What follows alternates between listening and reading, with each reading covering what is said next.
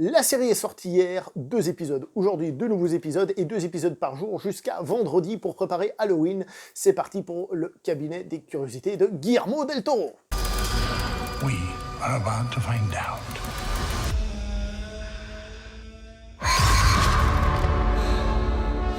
Alors, qu'est-ce que c'est que cette série? Tout d'abord, c'est une série Netflix qui a pour, argument de vente numéro 1, Guillermo del Toro lui-même, qui fait la présentation de tous les épisodes. Il y en aura 8 au total, donc 2 épisodes par jour.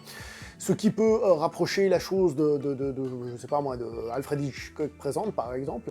Alors, Guillermo del Toro a participé à l'écriture du premier et du dernier épisode, mais la série en elle-même n'est pas forcément tout le temps dirigé à 100% par Guillermo del Toro, c'est pas lui qui réalise tous les épisodes et tout.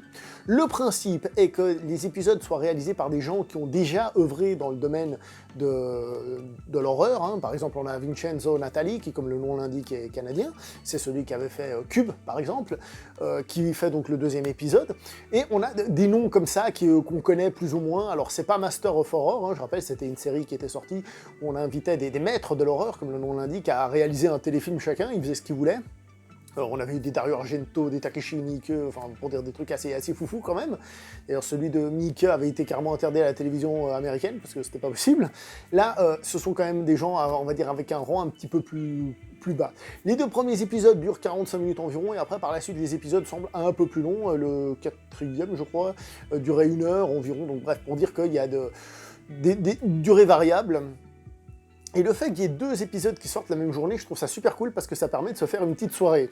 Alors, c'est peut-être plus à la mode de nos jours, mais moi, quand j'étais plus jeune, je me faisais souvent, par exemple, le mardi sur M6, il y avait par exemple la journée Loïs éclate, enfin la soirée, et il y avait 2 épisodes, donc t'as l'épisode, la pub, un épisode, et ça nous permettait de passer une soirée comme ça avec 2 épisodes, et ça nous faisait l'équivalent d'un film dans notre soirée. Donc là, il permet de faire une espèce de double programme, ce qui donne un côté un peu série B, mais pas série B dans le sens négatif, hein, je dis série B dans le sens, ces trucs un peu obscurs, et puis un film d'horreur, finalement, c'est quelque chose d'un peu obscur, donc voilà. Je ne parle pas de la mise en scène ni tout ça, je parle juste du fait d'avoir un double programme, que les choses soient bien claires, hein. On est sur internet, je sais que les gens, ils comprennent ce qu'ils veulent des fois. Donc, ça donne ce double programme, ça permet de s'organiser ces petites soirées, justement, en attendant Halloween, pourquoi pas, et je trouve l'idée plutôt bien foutue. Au niveau du visuel, on va pas se mentir, c'est une série qui a un certain budget, alors je vais pas dire que c'est un budget pharaonique, je ne le connais pas, mais on voit qu'il y a assez pour créer une ambiance, ce qui est vraiment réussi. Attention, la série est quand même créée par Guillermo del Toro, donc je pense que vu qu'il donne son nom au truc, il laisse pas faire n'importe quoi non plus. Il y a une ambiance globale qui se dégage des 4 épisodes que j'ai vus, il y a une ambiance qui est travaillée, on essaye de faire ressortir quelque chose, et voilà, c'est plutôt bien, la mise en scène est aussi plutôt correcte. Voilà, à ce niveau-là, il n'y a pas grand-chose à dire. Peut-être qu'on pourra gueuler sur un côté manque d'originalité de certaines histoires. Donc ce sont des épisodes anthologiques, hein, enfin une série anthologique, c'est-à-dire chaque épisode, c'est des personnages différents, c'est des choses totalement différentes. On pourra un petit peu gueuler sur l'originalité de la chose, mais est-ce qu'on recherche forcément une grande originalité? Alors s'il y a de l'originalité, tant mieux, si ça manque, tant pis. Je pense que là on est plus pour se regarder un petit truc sympa qui va nous faire son petit effet. Certains épisodes sont plus originaux que d'autres, évidemment en fonction de vos connaissances. Par exemple là j'ai vu le 3e épisode et j'ai trouvé que le 3e épisode me semblait plus original que les 3 autres du coup. Le 3e, mais c'est les 3 autres. Donc voilà, à ce niveau-là, c'est plutôt bien fait.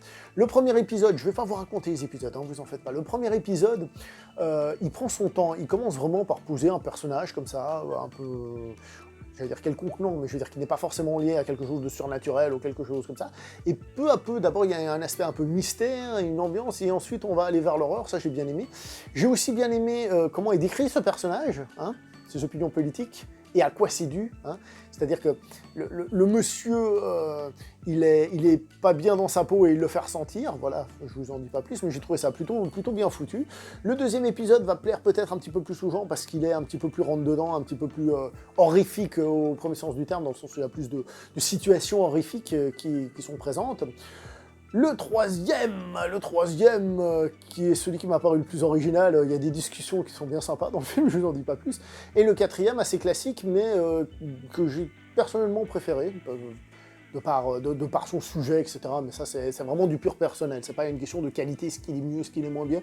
Voilà, moi c'est celui que j'ai préféré, c'est celui qui me parle le plus à moi. Qu'est-ce qu'on peut dire d'autre de cette série?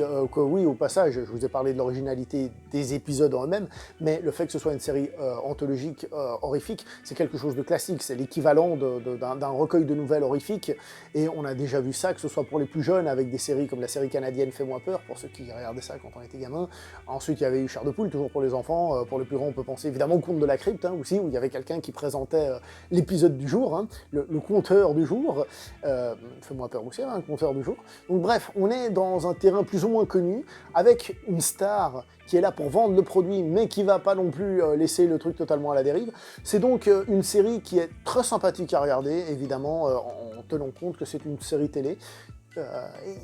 C'est un peu cette ancienne sensation de série télé qui va nous raconter sa petite histoire sympa du jour, sans en attendre non plus monts et merveilles. Il y a quand même des bons faiseurs derrière la caméra, comme je dis, pas les plus oufs de l'histoire, mais quand même des bons faiseurs pour nous livrer une série qui est, ma foi, plutôt réussie et qui est là pour nous faire passer de bonnes petites soirées en attendant peut-être la méga frousse qu'on aura quand on se regardera, peut-être le dernier épisode, peut-être qu'ils vont garder un truc grandiose, je pense, trop loin, ou alors un autre film, un grand classique qui fait flipper. Voilà, pas grand chose à dire de plus sur la série en elle-même.